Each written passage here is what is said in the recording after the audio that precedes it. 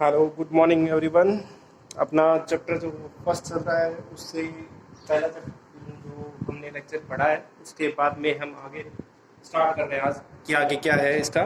तो आगे का कॉन्सेप्ट आज स्टार्ट कर रहे हैं। तो जैसे कि प्रीवियस जो अपना टॉपिक रहा है प्रीवियस, क्रिस्टलाइन और नॉन क्रिस्टलाइन, तो उसके तहत मैं आपको यहाँ बताने वाला हूँ कि देखिए, अगर क्रिस्टलाइन की अगर हम बात करते हैं यहाँ, तो जैसा कि मैंने आपको बताया था कि उसमें एक फिक्स स्ट्रक्चर होती है और उसकी रेगुलर ज्योमेट्री होती है। देखिए, फिक्स स्ट्रक्चर की बात करें तो यहाँ देख सकते हैं, यहाँ पे एक फिक्स स्ट्रक्चर है, नंबर ऑफ कॉन्स्टिट्यूएंट पार्टिकल है वो भी सेम रहेंगे। अगर देखिए, जैसे अगर इस स्ट्रक्चर की बात करें तो हम इसमें पार्टिकल्स काउंट कर लेते हैं, 3 और 2 5 और 2 7, 2 9, 2 11 और 2 13। हर जो अपने पास दिखाई दे रही है आपको स्ट्रक्चर, उसमें आपको 13 पार्टिकल मिलेंगे। तो हर में 13 ही रहेंगे, 13 से कम नहीं होगा कोई में भी। ठीक है, इसमें आपको देख रहे हैं कि हर हर स्ट्रक्चर के बाद में वही मतलब एक पैटर्न बना हुआ है, उस पैटर्न को बार बार रिपीट किया जा रहा है। जब हम इस लाइन की बात करते हैं तो देखिए, यहाँ सेम टू सेम स्ट्रक्चर ये है, फिर ये लॉन्ग रेंज ऑर्डर तक कंटिन्यूसली जा रही है। मतलब जब तक ये स्ट्रक्चर है, हम जितना भी बड़ा हमारे पास पार्टिकल होगा तो ये स्ट्रक्चर उस अकॉर्डिंग रिपीट होती रहेगी, कंटिन्यूअस, कहीं नहीं रुकेगी। लेकिन अगर हम बात करते हैं नॉन क्रिस्टलाइन की, तो नॉन क्रिस्टलाइन में आप देख सकते हैं यहाँ, तो देखिए कि हर बार एक अलग पैटर्न बना हुआ है। देखिए, यहाँ कुछ अलग है, यहाँ कुछ अलग है, यहाँ कुछ अलग है, ये कुछ अलग है, यहाँ अलग है, ये अलग है, ये देखिए, ये सब अलग अलग है। हर बार एक अलग पैटर्न बन रहा है। ठीक है, यानी कि इसमें स्ट्रक्चर है वो फिक्स नहीं है, इसीलिए इसका नाम क्या दिया है, अमोर्फस दिया है या नॉन क्रिस्टलाइन दिया है। क्योंकि बेसिकली आप हम देख सकते हैं क्यों, क्योंकि जो रेगुलर अरेंजमेंट नहीं है पार्टिकल्स का, कहीं पार्टिकल ज्यादा है, कहीं कम है, कहीं बहुत कम है, कहीं वापस से ज्यादा हो जा रहे हैं। तो ये आपको स्ट्रक्चर दिखाई दे रही है क्रिस्टलाइन और नॉन क्रिस्टलाइन की। ये आपको स्ट्रक्चर बनानी सीखनी है बहुत अच्छे तरीके से। देखिए, आपको सीखने लायक बात तो सिर्फ ये वाली ही है, ये आप अच्छे से सीख लीजिए ताकि आपको कोई दिक्कत ना हो। ये आप कैसे भी बना सकते हैं, इसकी कोई वो जरूरी नहीं है कि ये का ही बनाना डिट्टो। आप कोई भी ऐसा पैटर्न बनाइए जिसमें एक स्ट्रक्चर है वो रिपीट ना हो रही हो, या एक से मतलब कंसेक्यूटिव एक से ज्यादा ना आ रही हो, ऐसा हमें इसमें शो करना है। तो ये हमारे पास नॉन क्रिस्टलाइन का स्ट्रक्चर है और ये हमारे पास क्रिस्टलाइन का स्ट्रक्चर है। ये हमने पहले क्रिस्टलाइन और नॉन क्रिस्टलाइन की डेफिनेशन हमने फर्स्ट लेक्चर में पढ़ ली थी। उसके स्ट्रक्चर के बारे में मैंने आपको आज बताया है कि उनकी स्ट्रक्चर कैसी रहेगी।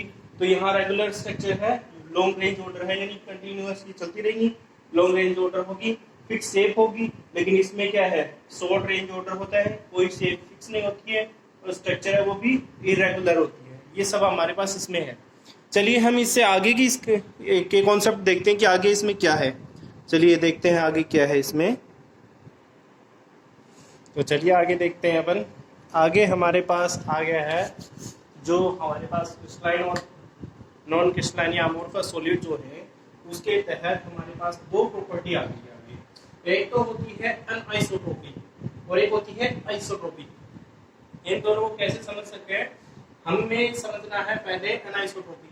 अनआइसोट्रोपी क्या होती है, देखिए आपके सामने मैंने कुछ डायग्राम बनाया हुआ है। ये मान लीजिए हमारे पास एनाइन है, ये केटाइन है, यानी ये बिगर पार्टिकल है, ये स्मॉल पार्टिकल है। इनको ब्लैक मतलब डार्क कर देंगे छोटे वाले डॉटेड को। तो हमारे पास यहाँ देखिए, जैसे अगर हम बात करेंगे, अगर यहाँ से यहाँ तक ये जो वैल्यू है अपने पास, वो और ये वाली वैल्यू है, वो दोनों क्या है, डिफरेंट डिफरेंट टाइप, तब तो हम ये क्या कह सकते हैं, अनआइसोट्रोपी है। पर अगर ये वैल्यू और ये वैल्यू दोनों सेम आए, तब हम उसे क्या कह सकते हैं, आइसोट्रोपी कह सकते हैं। देखिए डेफिनेशन को समझ लेते हैं। यहाँ कह रहा है, in a crystalline solid have a physical properties like refractive index, electric resistance, heat conductivity, mechanical strength, etc. have different value in a different directions. देखिए, अगर ऐसे और ऐसे, ठीक है, ये ऊपर से नीचे या नीचे से ऊपर या सी से डी जो भी है, इन दोनों साइड में अगर इनकी वैल्यू, इसकी वैल्यू कुछ अलग आती है और इसकी वैल्यू कुछ अलग आती है, तब हम उसे क्या कहेंगे, अनआइसोट्रोपी। यहाँ भी कहा है कि different value, this property is known as the anisotropy, इस प्रॉपर्टी को हम एनाइसोट्रॉपी कहते हैं। जबकि हमारे पास देखिए आइसोट्रॉपी क्या कह रहा है, in amorphous solid have a physical properties like refractive index, electric resistance, heat conductivity or mechanical strength etc. have same in all direction। मतलब सारे जितनी डायरेक्शंस हैं उनमें सारे में क्या हो, जैसे अगर यहाँ से यहाँ तक मेजर करें तो भी वैल्यू वही आए, ऐसे मेजर करें तो भी वैल्यू सेम आए, उसे हम क्या कहेंगे, उस प्रॉपर्टी को हम क्या नाम देते हैं, आइसोट्रॉपी का नाम देते हैं। ये हमने को ध्यान रखने वाली बात है। अभी तक हमने क्या पढ़ा है, जो अमोर्फस और क्रिस्टलाइन सॉलिड हम पढ़ रहे हैं उसके तहत हमारे पास दो चीजें नई आपको सीखने को मिल रही हैं। यहाँ एक एनाइसोट्रॉपी है जो क्रिस्टलाइन सॉलिड में होती है, और एक होती है आइसोट्रॉपी जो अमोर्फस में होती है। इन पे बेसिकली क्वेश्चन हमेशा आ जाता है, डिफरेंस बिटवीन आइसोट्रॉपी और एनाइसोट्रॉपी। बस ये एक डायग्राम है जिसके तहत आप समझ सकते हैं कि अगर ये यहाँ से यहाँ और यहाँ से यहाँ की वैल्यू जो है वो दोनों अलग अलग हुई, ये वैल्यू अलग और ये वाली अलग, तो एनाइसोट्रॉपी होती है। और अगर ये वाली वैल्यू और ये वाली वैल्यू दोनों हो गई सेम, तो उस डायरेक्शन में हमारे पास क्या होगा, उसे हम क्या कहेंगे, आइसोट्रॉपी कहेंगे। ठीक है, अभी हम क्रिस्टलाइन और अमोर्फस सॉलिड में हम एक डिफरेंस देख लेते हैं कि क्या डिफरेंस है। तो चलिए आगे देखते हैं। आगे हमारे पास जो है डिफरेंसेस आ गए हैं, तो ये डिफरेंसेस हम देख लेते हैं कि यहाँ क्या डिफरेंस है। हमने क्वेश्चन यहाँ लिखा है कि right the difference between crystalline and amorphous solid. ठीक है, जनरली हर बार एग्जाम में ये क्वेश्चन पूछा जाता है या 2 से 3 नंबर का क्वेश्चन आता है, तो आप लोगों को ये ध्यान रखना है कि क्वेश्चन इसको अच्छे से प्रिपेयर करना है, समझना है और प्रिपेयर भी करना है। ठीक है, तो मैं आपको यहाँ बताता चला जाऊँ कि क्या है ये डिफरेंसेस। हमने यहाँ लिखा है SN, यहाँ लिखा है properties crystalline solid, amorphous solid. ठीक है, तो सबसे पहली प्रॉपर्टी हमारे पास आ जाता है शेप, कि इनकी शेप कैसी होगी, क्रिस्टलाइन की कैसी होगी, नॉन क्रिस्टलाइन की कैसी होगी। तो क्रिस्टलाइन की अगर हम बात करते हैं तो देखिए यहाँ लिखा हुआ है definite and regular geometry. Definite होगा एंड रेगुलर ज्योमेट्री होगी, यानी जैसे अभी अभी थोड़ी देर पहले मैंने आपको डायग्राम बना के दिखाया था कि एक फिक्स स्ट्रक्चर बनती है और वो स्ट्रक्चर है वो रिपीट होती चली जाती है कंटिन्यूअस। ठीक है, और इसमें क्या होगा, इरेगुलर ज्योमेट्री। जैसा कि मैंने आपको इसमें प्रीवियसली डायग्राम बना के दिखाया था, उसमें मैंने आपको दिखाया भी था कि हमारे पास जो बेसिकली अगर हम देखेंगे तो उसमें कोई फिक्स शेप नहीं होती, एक बार जो शेप बनती है वो दोबारा बनती नहीं है, ये आपको ध्यान रखना है। अगर हम बात करेंगे दूसरे जो प्रॉपर्टी है, कह रहा है ऑर्डर ऑफ अरेंजमेंट, मैंने शॉर्ट में लिखा हुआ है order of arrangement of A constituent particles. Constituent particles का अरेंजमेंट कैसा है, तो अगर हम बात करेंगे इसमें तो कह रहा है arrange in a regular manner. ये हमारे पास हमेशा रेगुलर मैनर में, यानी एक अगर हेक्सागोनल बन रहा है, हेक्सागन बन रहा है तो हमेशा हेक्सागन ही बनेगा। और लॉन्ग रेंज ऑर्डर, और वो हेक्सागन काफी दूर तक, यानी जितना हमारा पार्टिकल है, जितनी लंबी हमारे पास जो सॉलिड है उसमें वही यूनिट है वो रिपीट होती जाएगी, तो उसे हम लॉन्ग रेंज ऑर्डर का नाम दे देते हैं। फिर आगे बोल रहा है, अगर नॉन क्रिस्टलाइन की बात करते हैं तो no regular arrangement of a constituent particles, no regular arrangement of a constituent particles यहाँ। ठीक है, और यहाँ लिख रहा है but arrange in a limited area. देखो मैंने जैसे इसमें ये बात लिखी है उसको साफ क्लियर कर देते हैं कि जैसे हमने प्रीवियसली डायग्राम बना के समझा था, तो एक बार एक जो स्ट्रक्चर बन जाती है वो दोबारा रिपीट नहीं होती है। इसीलिए ये कह रहा है कि हमारे पास लिमिटेड एरिया तक कॉन्स्टिट्यूएंट पार्टिकल है, वो एक पर्टिकुलर एरिया में अरेंज होते हैं, उसके बाद में वो रिपीट नहीं होते हैं। कह रहा है have a short range order arrangement only. इसमें छोटा यानी एक बार जो स्ट्रक्चर बन गई वो रिपीट नहीं होती है, कुछ मतलब एक उसके बाद में दूसरी ही स्ट्रक्चर बनती है, ये अपने को ध्यान रखना है, दूसरी स्ट्रक्चर बनती है। सो दैट इसीलिए इसने कहा है कि हमारे पास जो अगर बात करेंगे इसमें लॉन्ग रेंज ऑर्डर नहीं होता है, शॉर्ट रेंज ऑर्डर होता है। ठीक है, ये अपने को समझना है। फिर हम इसकी थर्ड प्रॉपर्टी पे आ जाते हैं। थर्ड प्रॉपर्टी कह रहा है मेल्टिंग पॉइंट, तो इसका कहते हैं शार्प मेल्टिंग पॉइंट और indefinite melting point. First soften increasing temperature दी सॉलिड मेल्ट्स। देखो शार्प, अगर मान लो अगर क्रिस्टलाइन सॉलिड की बात करेंगे तो उसको 100 डिग्री सेल्सियस पे वो मेल्ट होता, तो पूरा 100 डिग्री सेल्सियस मिलते ही वो मेल्ट हो जाएगा एकदम से ही, सारा फटाक से मेल्ट हो जाएगा। कोई मतलब ऐसा नहीं होगा कि पहले थोड़ा सा हल्का हल्का सॉफ्ट होगा, ऐसा कुछ नहीं हुआ। लेकिन इसमें क्या कह रहा है कि पहले वो धीरे धीरे सॉफ्ट होता चला जाएगा।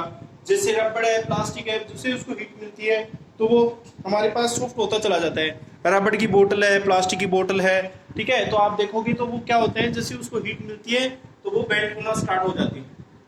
जबकि क्रिस्टलाइन में ऐसा नहीं होता, उनको शार्प मेल्टिंग पॉइंट होता है। जितना मेल्टिंग पॉइंट उनको जैसे 100 डिग्री सेल्सियस पे ही मेल्ट होना है, तो वो 100 डिग्री सेल्सियस मिलने के बाद ही मेल्ट होना स्टार्ट होता है, ठीक है। वो ये क्या करेगा, धीरे धीरे टेम्परेचर मिलता रहा, सॉफ्ट होता गया होता गया होता गया, बाद में धीरे धीरे मेल्ट होगा। ये इसमें दोनों में डिफरेंस है। फिर अगर हम बात करते हैं आगे, तो कह रहा है आइसोट्रोपिक, मतलब आइसोट्रोपी। तो आइसोट्रोपी की बात करते हैं तो इसमें अनआइसोट्रोपी होती है। सॉरी, प्रीवियसली जो मैंने आपको पीछे इनके बारे में डेफिनेशन लिखी तो वहां ए नहीं लिखा था, यूएन लिख दिया था, वहां अप्लाई कर लेना, ठीक है ना। एएन लिखना है, यूएन की जगह एएन लिखना है, ठीक है। अनआइसोट्रोपिक इन नेचर होते हैं। कौन से? क्रिस्टलाइन जो सॉलिड होते हैं, जो अभी प्रीवियसली बताया है कि जो जिनकी refractive index, mechanical strength, heat conductivity, है ना, ये सारी जो हमारे पास प्रॉपर्टीज हैं, वो जिसमें डिफरेंट डायरेक्शन में डिफरेंट वैल्यू आती हो इनकी, उसको हम अनआइसोट्रोपिक कहते हैं। तो ये क्रिस्टलाइन में ऐसा ही होता है कि डिफरेंट वैल्यू आती है। जबकि अमोर्फस में क्या होता है, वो वैल्यूज सेम आती हैं, सो दैट हम इसको क्या कह सकते हैं, आइसोट्रोपिक इन नेचर कह सकते हैं। फिर अगर हम बात करते हैं आगे नेचर की, तो ये रियल सॉलिड होते हैं, यानी इसके एक फिक्स ज्योमेट्री होने के साथ ही इनको रियल सॉलिड के अंदर कंसीडर किया जाता है। जबकि हमारे पास ये क्या होते हैं, सूडो सॉलिड्स होते हैं। सूडो सॉलिड मतलब है कि यहाँ हमारे पास ये क्या करते हैं, इनको हीट मिलती है तो धीरे धीरे बहना स्टार्ट हो जाते हैं। हल्का मतलब हल्का टेम्परेचर मिलने पर बहुत धीरे धीरे बहते हमें दिखाई नहीं देते, इसीलिए क्या सूडो सॉलिड कहते हैं या सुपर कूल्ड सॉलिड कहते हैं। जैसे आपने जनरली देखा होगा मॉन्यूमेंट्स होते हैं, उनकी जो विंडोज होती हैं, यानी बहुत पुरानी बिल्डिंगें होती हैं, उनके विंडो होते हैं, उनमें लगे हुए ग्लास को आप देखना कि उसके ऊपर की साइड है, ऊपर का जो एरिया है विंडो, मतलब जो ग्लास का जो लगा हुआ है, उसका ऊपर का जो एरिया होता है, यानी टॉप होता है, वो तो हल्का पतला, एकदम से पतला होता है, जबकि बॉटम बहुत मोटा होता है। रीजन ये होता है कि हीट मिलने के साथ, सनलाइट मिलने के साथ वो धीरे धीरे फ्लो होकर के नीचे स्टोर होता रहता है, यही रीजन है। इसीलिए हम इसको सूडो सॉलिड या सुपर कूल्ड सॉलिड कहते हैं। फॉर एग्जांपल हमारे पास देखो, इसमें लिखा है NaCl, Na2SO4, ZnS, और जितने भी मेटल है उनके सोल्ट्स, वो सारे के सारे इनके एग्जांपल हैं। अगर हम इसमें बात करेंगे अमोर्फस सॉलिड में, अगर बात करते हैं तो हमारे पास आता है glass, rubber, plastic material etcetera. ये सारे के सारे हमारे पास, ये हमारा डिफरेंस हो गया है कि हमारे पास क्रिस्टलाइन और नॉन क्रिस्टलाइन कैसे हम डिफरेंशिएट कर सकते हैं, उनको हमने डिफरेंशिएट यहाँ कर दिया है। ये आपको ध्यान से पढ़ना है, समझना है और आगे कंटिन्यू करना है। चलिए हम आगे स्टार्ट करते हैं, आगे देखते हैं आगे क्या है हमारा टॉपिक आज का आगे का। तो चलिए आगे देखते हैं अपन, आगे हमारा टॉपिक आ गया है। आगे क्या टॉपिक है, आगे है हमारे पास type of crystalline solids. Basically हमारे पास क्रिस्टलाइन सॉलिड है वो कितने प्रकार के होते हैं, कैसे होते हैं, क्या होते हैं, वो सब अपन इसमें डिस्कस करने वाले हैं। तो हम यहाँ देखिए स्टार्ट कर रहे हैं। ये हमारे पास है type of crystalline solid. On the basis of bonding forces, crystalline solid are divided into 4 types. Crystalline solid है बॉन्डिंग फोर्सेस के बेसिस पे हमारे पास 4 तरह से डिवाइडेड है, ठीक है। अगर हम बात करेंगे उन चारों की, तो हमारे पास आता है पहला मॉलिक्यूलर सॉलिड्स, फिर आता है हमारे पास आयनिक सॉलिड, तीसरा आता है हमारे पास मेटालिक सॉलिड, और चौथा आता है हमारे पास कोवलेंट एंड नेटवर्क सॉलिड। ये हमने को ध्यान रखना है। तो हमारे पास जो क्रिस्टलाइन सॉलिड है वो कितने प्रकार के हुए, 4 टाइप के हो गए, ठीक है। तो ये 4 टाइप के क्रिस्टलाइन सॉलिड है। उसमें भी अगर हम सबसे पहले बात करते हैं तो मॉलिक्यूलर सॉलिड्स आते हैं, ठीक है। मॉलिक्यूलर सॉलिड्स में अगर हम बात करते हैं इनकी डेफिनेशन की, तो कहा है the solid made up of the molecules are known as molecular solids. जो सॉलिड होंगे वो मॉलिक्यूल से बने होते हैं, उन्हें मॉलिक्यूलर सॉलिड कहा जाता है। There molecules are held by weak wonderful forces और हाइड्रोजन बॉन्डिंग, ठीक है। ये हमारे पास क्या है, वीक वंडरफुल फोर्सेस से कनेक्टेड होते हैं। अगर ये बॉन्ड है इनके बीच में है तो वो वीक वन डबल फोर्स होगा। दूसरा अगर हम बात करते हैं इसकी मेल्टिंग एंड बॉइलिंग पॉइंट की, तो वो भी लो होते हैं और ये basically non conductor of electricity होते हैं। ठीक है, ये अपने को ध्यान रखना है। यहाँ तक ये इसकी डिस्क्रिप्शन हम मतलब जो मोलिकुलर सॉलिड्स हैं उनके बारे में पढ़ लिए हैं। अब आगे लिखा है basically molecular solids are also divided into 3 type. जो ये मोलिकुलर सॉलिड हैं वो भी हमारे पास 3 तरह के होते हैं। अगर हम इनमें बात करते हैं फर्स्ट ऑफ ऑल तो ये कहा है non polar molecular solid, non polar molecular solid. अगला है हमारे पास पोलर मोलिकुलर सॉलिड और तीसरा जो टाइप है वो हमारे पास है हाइड्रोजन बॉन्डेड मोलिकुलर सॉलिड है। ये 3 टाइप के हमारे पास मोलिकुलर सॉलिड है। अगर तीनों में से सबसे पहले अगर बात करते हैं किसी की तो वो हमारे पास आता है नॉन पोलर मोलिकुलर सॉलिड। देखिए अगर हम इसकी अगर एक्चुअल बात लिखें तो कुछ इस प्रकार लिख सकते हैं, लेकिन अगर इसको समझने की बात करें तो हम ये समझ सकते हैं कि हमारे पास अगर कोई ऐसा मोलिकुलर ऐसा सॉलिड जो किसी का सहारा उसको चाहिए नहीं होता है एग्जिस्ट करने के लिए, जिसको सहारे की जरूरत नहीं होती है, उसको हम नॉन पोलर मोलिकुलर सॉलिड कह सकते हैं। The solid exist without any supporting और एनी अदर एलिमेंट और molecule supporting is known as the non polar molecular solid, अगर हम उसको कह सकते हैं।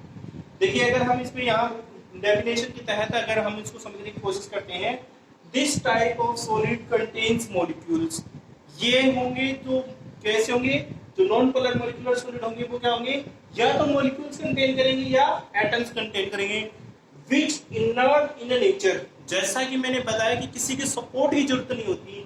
जैसे आप लोगों ने सुना है बहुत अच्छे से कि जैसे आर्गन है, क्रिप्टोन है, ठीक है, जीनोन है, ठीक है, ये सारे क्या होते हैं, नोबल गैसेस होते हैं, इनर्ट गैसेस होते हैं। ये किसी के एग्जिस्टेंस के लिए किसी के सहारे की जरूरत इनको पड़ती नहीं है। वैसे ही हमारे पास इसमें भी हम वही शामिल कर सकते हैं। इसने बोला है कि जिनका नेचर हो इनर्ट, तो जिसको इनर्ट नेचर हो उसको हम क्या कर सकते हैं, नॉन पोलर मोलिकुलर सॉलिड में कंसीडर कर सकते हैं। ठीक है, बोला इनर्ट इन नेचर, ठीक है, व्हिच कंटेन डिस्पर्जन और London van der Waals force between the molecules.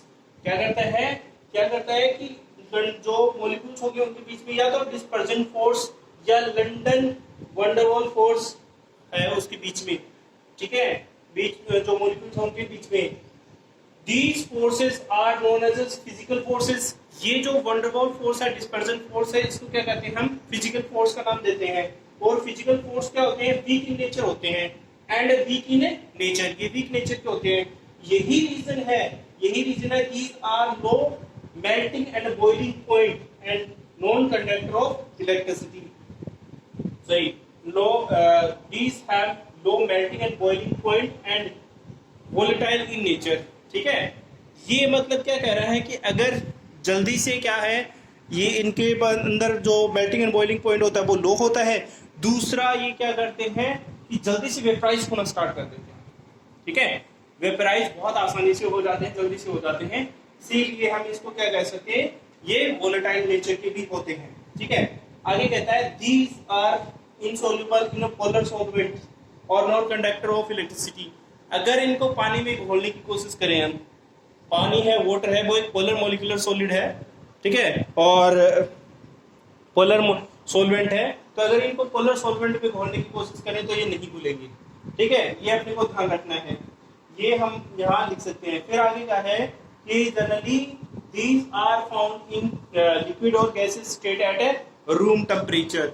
ये हमारे पास लिक्विड और गैस के रूप में पाए जाते हैं एट ए रूम टेम्परेचर। एक सिर्फ एक्सेप्शन है, एक्सेप्शन हम यहाँ लिख सकते हैं कि I2 है, यानी कि आयोडीन है, वो हमारे पास जो है रूम टेम्परेचर पे सॉलिड स्टेट में पाया जाता है। ठीक है, ये अपने को ध्यान रखना है, आपको ध्यान रखना है कि हमारे पास जो आयोडीन होता है बेसिकली वो क्या है, रूम टेम्परेचर पे हमारे पास कैसा होता है, सॉलिड स्टेट में होता है। ये अपने को ध्यान रखना है, लिखना है। अब मैं इसके कुछ एग्जांपल्स आप लोगों को लिख देता हूँ। यहाँ एग्जांपल नीचे नहीं लिखा था, एग्जांपल मैं ऊपर लिख रहा हूँ, तो आप लोग लिख लीजिएगा। एग्जांपल हम लिख रहे हैं यहाँ, क्या क्या एग्जांपल होंगे इसके नॉन पोलर मोलिकुलर सॉलिड के, तो हम यहाँ लिख देते हैं। नॉन पोलर मोलिकुलर सॉलिड के एग्जांपल्स क्या हैं, चलिए लिखते हैं। फटाफट की क्या एग्जाम्पल होंगे, आपको ये एग्जाम्पल लिखने हैं। जैसे एग्जाम्पल के तौर पे उन्होंने लिखा है N2O2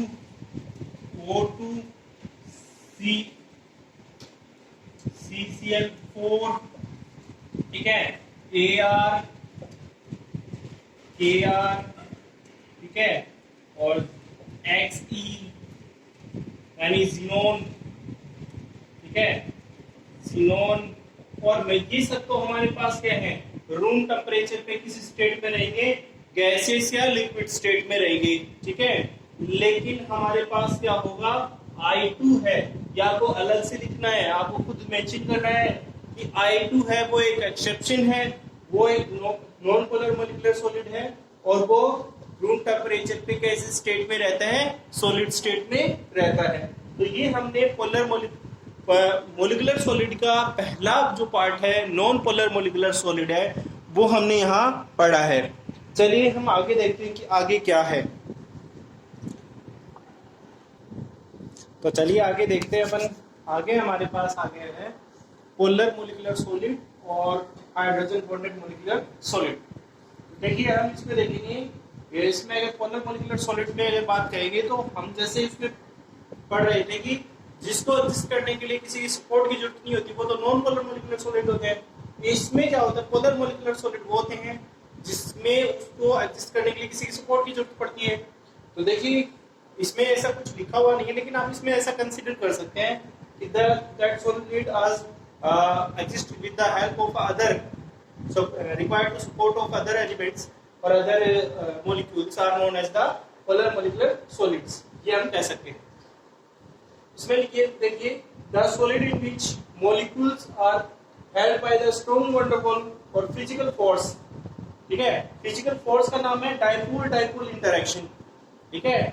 जो मोलिक्यूल्स होंगे वो क्या करेंगे, strong van der Waals force, ठीक है, strong van der Waals physical force के साथ बंधे हुए होंगे, जुड़े हुए होंगे, हेल्ड होंगे, और उस फोर्स का नाम क्या है, dipole dipole interaction takes place in the molecules, है ना। इस डाइपोल डाइपोल इंटरेक्शन हो due to which these molecules contain relatively strong van der Waals force।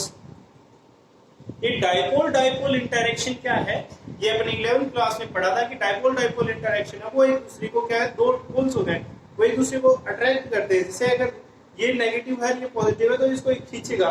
ऐसे हमारे पास इंटरेक्शन होता है, उसे हम डाइपोल डाइपोल इंटरेक्शन कहते हैं। तो ये क्या करते हैं, डाइपोल डाइपोल इंटरेक्शन होने के बाद में इनके अंदर जो फिजिकल फोर्स होता है वो स्ट्रॉन्ग हो जाता है, ठीक है। ओके, स्ट्रॉन्ग होने की वजह से क्या है, these solids are soft and non conductor of electricity.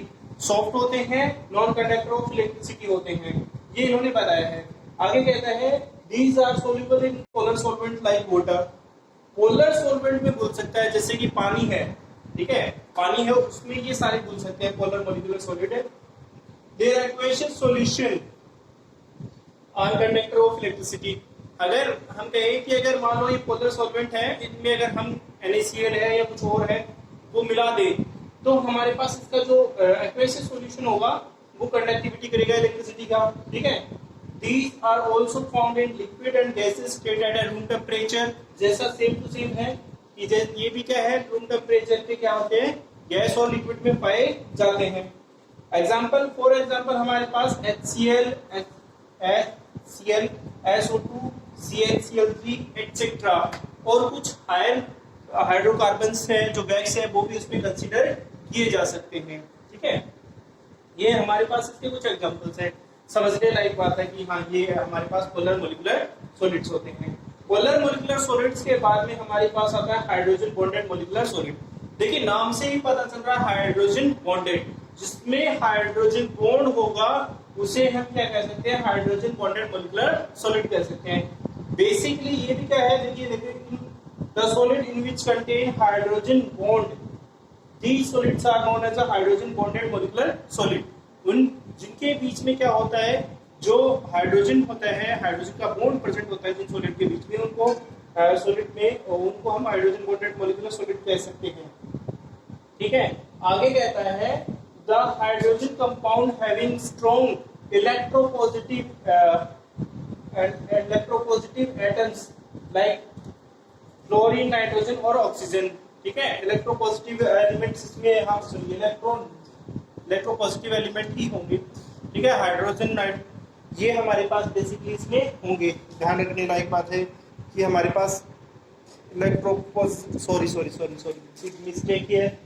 Big mistake है, इलेक्ट्रोपॉजिटिव नहीं होंगे, ये इलेक्ट्रोनेगेटिव होंगे।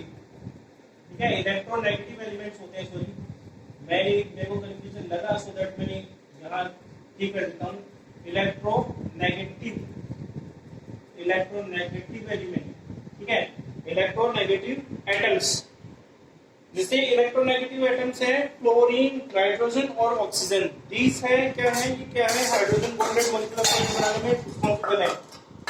ठीक है, क्या करता है, आगे कहता है in these compounds hydrogen atom attach from the specific type of bridge. मतलब जैसे अगर हम बात करें, आप लोग कहेंगे कि H2O, तो देखिए H और O और ये H, तो ये क्या कर रहे हैं, यहाँ ये हाइड्रोजन है वो एक ब्रिज बना रहा है इसके साथ। ठीक है, एक ब्रिज इधर और एक ब्रिज इधर। तो ये क्या करता है कि स्पेसिफिक टाइप ऑफ ब्रिज बनाता है। कौन, हाइड्रोजन एटम बनाता है, ब्रिज बनाता है उसके साथ, which is hydrogen atom attach. ठीक है, मतलब हाइड्रोजन एटम जहाँ अटैच होता है वहाँ क्या हो जाता है, ब्रिज बन जाता है। ठीक है, ये आगे कहता है कि बिटवीन द इलेक्ट्रोनेगेटिव एलिमेंट्स के बीच में एक ब्रिज बना, ये देखो ये इधर बना और ये बना, तो ये ब्रिज बन चुका है। ठीक है, आगे कहता है these can also be liquid and gaseous state at room temperature। ये भी हमारे पास लिक्विड और गैसियस स्टेट में पाए जाते हैं रूम टेम्परेचर पे। ठीक है, फिर कहता है नॉन कंडक्टर ऑफ इलेक्ट्रिसिटी और लो वोलेटाइल। ये नॉन कंडक्टर ऑफ इलेक्ट्रिसिटी होते हैं और लो वोलेटाइल होते हैं। इट अगर हम इनमें क्या है, नमक डाल देते हैं, इनमें हाइड्रोजन बॉन्डेड मॉलिक्यूलर सॉल्यूट में अगर हम NaCl या कोई भी सॉल्ट डाल देते हैं तो क्या करता है, ये कंडक्टिविटी करना स्टार्ट कर देता है।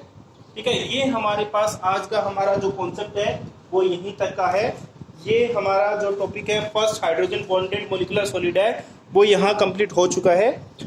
आप लोग अच्छे से इस वीडियोस को देखना और साथ साथ में अपनी बुक को भी फॉलो करना, NCERT की बुक फॉलो करना और कोई बुक प्रीफर मत करना।